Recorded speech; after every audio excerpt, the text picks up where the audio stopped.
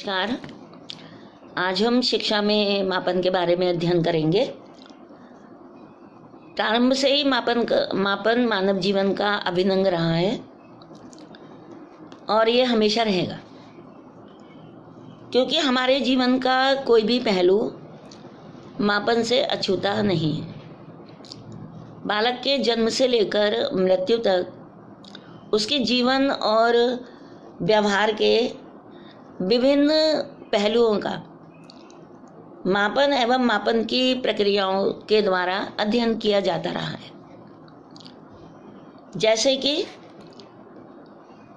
बच्चे के जन्म का समय, उसका भार, निश्चित मात्रा में दूध पिलाना, दवा देना, उसके लिए उचित मात्रा में भोजन की व्यवस्था करना, वस्त्रों की नाप लेना, उसका शारीरिक विकास, बौद्धिक विकास और व्यवहार और व्यक्तित्व का निर्धारण। इसके अलावा प्रकृति के रहस्यों को जानना मानव की बड़ी जिज्ञासा का विषय रहा है। प्रकृति में क्या हो रहा है, कैसे हो रहा है, उसको किस प्रकार नियंत्रित किया जाए, इन सब बातों को जानने की उत्सुकता और जिज्ञासा उसके मन में हमेशा बनी रहती है। और इन सब की जानने के लिए और इन सब को समझने और इनकी व्याख्या करने के लिए मापन की विभिन्न प्रविधियों का, विधियों का और उपकरणों का प्रयोग किया जाता रहा है। शिक्षा के क्षेत्र में भी मापन का निरंतर प्रयोग होता है। उसके लिए हम विभिन्न साक्ष्यों का या एविडेंसेस का संकलन करते हैं, इकट्ठा करते हैं। क्योंकि ये वास्तव में किसी भी वस्तु का, गुण का या विशेषता का संख्यात्मक मान होता है। मान लीजिए हम किसी बालक को ही ले लें और हम कहें कि उसका भार 40 किलोग्राम है, उसका IQ 140 है, उसने गणित में 80 नंबर प्राप्त किए, 80 मार्क्स ही गेट। तो ये जो तीनों चीज़ें हैं, उसका जो भार है, उसकी जो बुद्धि लब्धि है और जो गणित के प्राप्तांक हैं, वो मात्रात्मक रूप में व्याख्या करते हैं। तो हम कह सकते हैं कि मापन में अंक प्रदान किए जाते हैं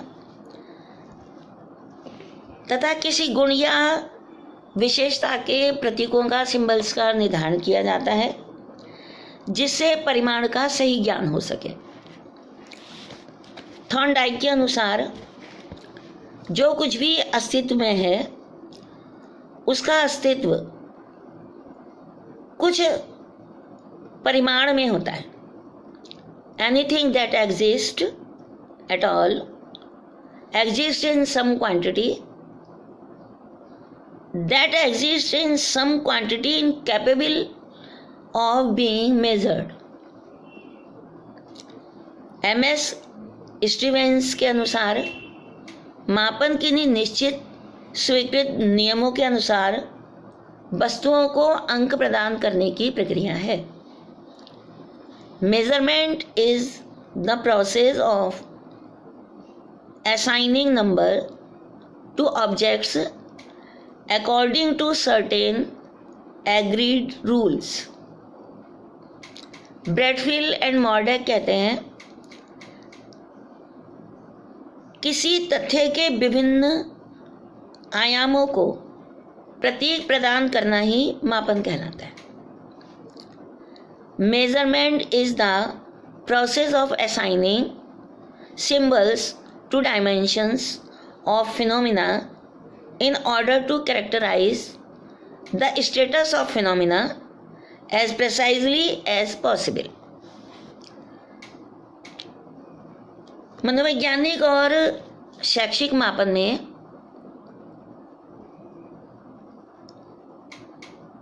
हम कह सकते हैं, हम ये जान सकते हैं कि एक व्यक्ति क्या कर सकता है।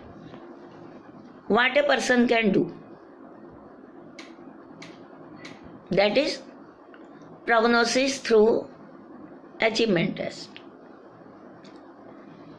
एक व्यक्ति क्या नहीं कर सकता है, what a person cannot do, that is diagnosis through diagnostic test. एक व्यक्ति क्या कर सकेगा, what a person will do, that is prediction through aptitude test. ये जो तीनों प्रश्न हैं, can do, can not do, will do, इन तीनों बातों को ध्यान में रखते हुए हम कह सकते हैं कि मापन के जो प्रमुख कार्य हैं वो है फर्स्ट ऑफ ऑल क्लासिफिकेशन करना। हम आईक्यू के आधार पर, प्राप्तांकों के आधार पर हम बच्चों का क्लासिफिकेशन करते हैं, छात्रों का, उनकी तुलना करना, कंपैरिजन करना, पूर्व कथन करना, प्रेडिक्शन करना, भविष्य में वो क्या कर सकेंगे, क्या क्या उनके अंदर क्षमताएं हैं। इस फीडबैक के द्वारा कक्षा शिक्षण में सुधार करना, improvement in classroom teaching.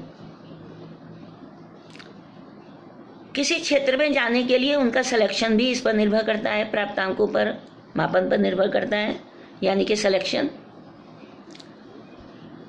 Researches की क्रिया में मापन का प्रयोग किया जाता है, रिसर्च के क्षेत्र में शोध करना, गाइडेंस एंड काउंसलिंग में, और डायग्नोसिस में, जिसके बारे में आप पहले पढ़ चुके हैं, मापन की प्रक्रिया का प्रयोग किया जाता है। अब हम मापन के लिए कौन कौन सी मापनियों का, कौन कौन से स्केल्स का प्रयोग करते हैं। Doctor A.K. कुलश्रेष्ठ ने अपनी मैथ्स टीचिंग की बुक में स्केल्स के लिए 4 आधार बताए हैं, 4 बेसिस हैं। पहला है लेवल ऑफ रिफाइनमेंट, दूसरा डिग्री ऑफ एक्यूरेसी, तीसरा कॉम्प्लेक्सिटी और चौथा सोफिस्टिकेशन। इन चारों बातों को ध्यान में रखते हुए जो स्केल्स हैं मेजरमेंट के, दीज आर ऑफ 4 टाइप्स। पहला नॉमिनल स्केल, दूसरा ऑर्डिनल स्केल, तीसरा इंटरवल स्केल और चौथा, 4th one is rating scale. First of all nominal scale, जैसा कि नाम से स्पष्ट है, यह मेजरमेंट की सबसे लोअरेस्ट स्टेज है। इसमें किसी भी वस्तु को, किसी भी ऑब्जेक्ट को, किसी भी घटना को, उसकी या किसी भी विशेषताओं को उनके किसी निश्चित गुणों के आधार पर उन्हें अलग अलग समूहों में रख दिया जाता है और उस समूह की पहचान के लिए उन्हें कोई नंबर, कोई कोड या कोई नाम दे दिया जाता है। इस समूह की या उस ग्रुप की जिसके लिए हमने कोई नाम दिया है, कोई विशेषता है, उसमें सभी व्यक्ति या जो ऑब्जेक्ट्स हैं, एलिमेंट्स हैं, वो आपस में तो एक समान होते हैं, लेकिन दूसरे से बिल्कुल भिन्न होते हैं। यानी कि जो समूह की जो विशेषता है उसमें सबसे पहली है इंटरनल होमोजेनिटी, यानी कि उसके अंदर आंतरिक सजातीयता पाई जाती है, सजातीयता पाई जाती है। फॉर एग्जाम्पल, जो वोटर लिस्ट होती है उसमें हम मेल फीमेल को अलग अलग कर लेते हैं। कोई भी देश हो, कोई भी कंट्री हो, उसमें जो क्रिकेट की टीम होती है, आपने देखा होगा, उनकी अलग अलग ड्रेसेस होती हैं, उनकी रंग भी वेशभूषा से हम बिल्कुल अलग पहचान लेते हैं। आप लोग बहुत इंटरेस्ट रखते हैं क्रिकेट में, आप जानते ही होंगे। ऐसे ही जो हमारे शहर हैं तो उनको डाक विभाग ने अलग अलग पिन कोड नंबर दे रखे हैं।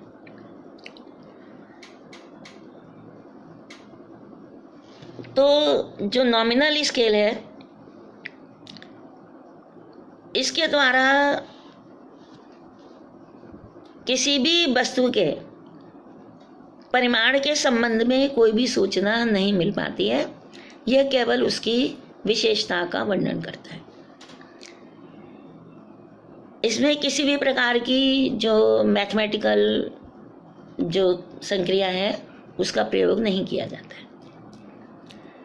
दूसरा है ऑर्डिनल स्केल। यह थोड़ा सा अधिक रिफाइंड है नॉमिनल रोल से। इसमें थोड़ा सा जो विभाजन है और ज़्यादा स्पष्ट होता है। इन्हें हम किसी भी वस्तु के उसकी विशेषता को, उसके गुण को असेंडिंग ऑर्डर में या डिसेंडिंग ऑर्डर में रख लेते हैं और इस तरह से उनको व्यवस्थित करके रैंक प्रदान करते हैं। तो इसको हम, चूँकि ये निर्धारण करती है, रैंक प्रदान करती है, तो इसको हम रेटिंग स्केल भी कहते हैं। और इसके द्वारा आसानी से किन्हीं भी दो गुणों का जो तुलनात्मक अध्ययन है, कंपैरिजन है, वो आसानी से किया जा सकता है। जैसे कि हम कहें परीक्षा में बच्चों को प्राप्तांक मिले हैं, तो ये प्रथम है, ये द्वितीय है, ये तृतीय है। अगर हम किसी को सुंदरता के आधार पर अगर हम कोई क्रम प्रदान कर रहे हैं, तो बहुत अधिक सुंदर है, अधिक सुंदर है, सुंदर है, कम सुंदर है, तो इस प्रकार से हम क्रम प्रदान करते हैं रेटिंग स्केल्स के अंदर।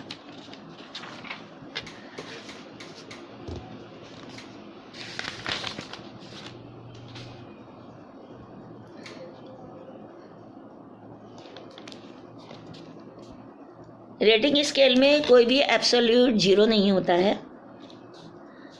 और इनमें केवल और केवल एक प्रकार के डेटास की दूसरे प्रकार के डेटा से केवल कंपैरिजन किया जा सकता है और कोई मैथमेटिकल जो टेक्निक है वो नहीं लगाई जा सकती है। थर्ड है इंटरवल स्केल, जिसे हिंदी में कहेंगे अंतराल मापनी। इसमें भी एब्सोल्यूट जीरो नहीं होता है और ये थोड़ी जो हमारी ऑर्डिनल स्केल है ये उससे थोड़ी अधिक परिशुद्ध होती है, क्योंकि ये विभिन्न जो यूनिट्स होती हैं, विशेषताएं होती हैं, उनके बीच के अंतर को अधिक स्पष्ट करती है। यानी कि ये क्वांटिटेटिव के साथ साथ क्वालिटेटिव भी व्याख्या करने का प्रयास करती है।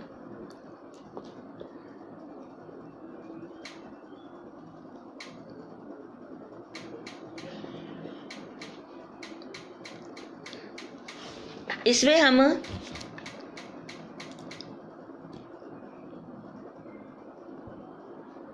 जो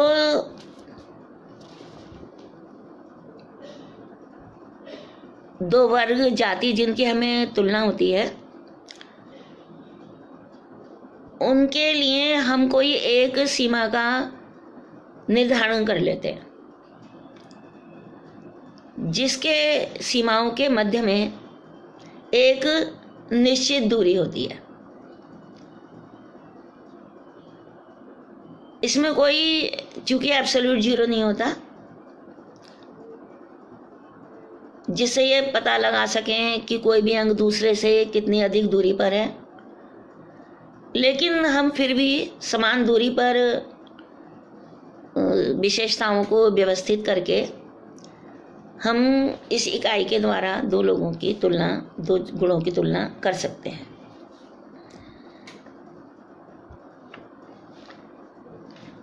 जो फोर्थ वन है, this is a ratio scale, Hindi में कहेंगे अनुपात मापनी। ये सबसे अधिक एग्जैक्ट और एक्यूरेट स्केल है और इसके द्वारा ऑब्जेक्टिव और रिलायबल जो सूचनाएं हैं वो प्राप्त होती हैं। और इसमें जो ये तीनों हमने पहले पढ़ी हैं, उन तीनों ही स्केल्स के इसके अंदर गुण रहते हैं। और जो इसकी खास बात है वो ये है कि इसके अंदर एब्सोल्यूट जीरो होता है, और यह एब्सोल्यूट जीरो किसी भी घटना का या किसी भी ट्रेट का या किसी भी विशेषता के बारे में उसकी शून्य मात्रा को भी बताता है। इसके द्वारा हम दो स्थानों या विशेषताओं की मध्य दूरी का अनुपात लगा पाते हैं, और हम कह सकते हैं कि कोई भी स्थान दूसरे स्थान की तुलना में कितनी अधिक दूर है या पास है। या हम कहें कि किसी को हम नंबर दे रहे हैं, किसी के 20 आए हैं, किसी के 40 आए हैं, किसी के 60 आए हैं, तो हम कह सकते हैं कि जो भी गुण हमने चुना है, चयन किया है, जिसका भी हमने, वह पहले से दूसरे में दुगनी मात्रा में और तीसरे में तिगनी मात्रा में विद्यमान है, उसमें उपस्थित है। इस जो मापनी का प्रयोग है उसमें सभी प्रकार की जो गणितीय संक्रियाएं हैं उनका प्रयोग किया जा सकता है, जैसे मीन निकालना, परसेंटाइल निकालना, या मोड निकालना, या मीडियन निकालना, या स्टैंडर्ड डेविएशन निकालना।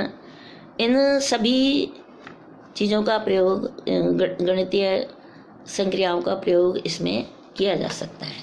Thank you.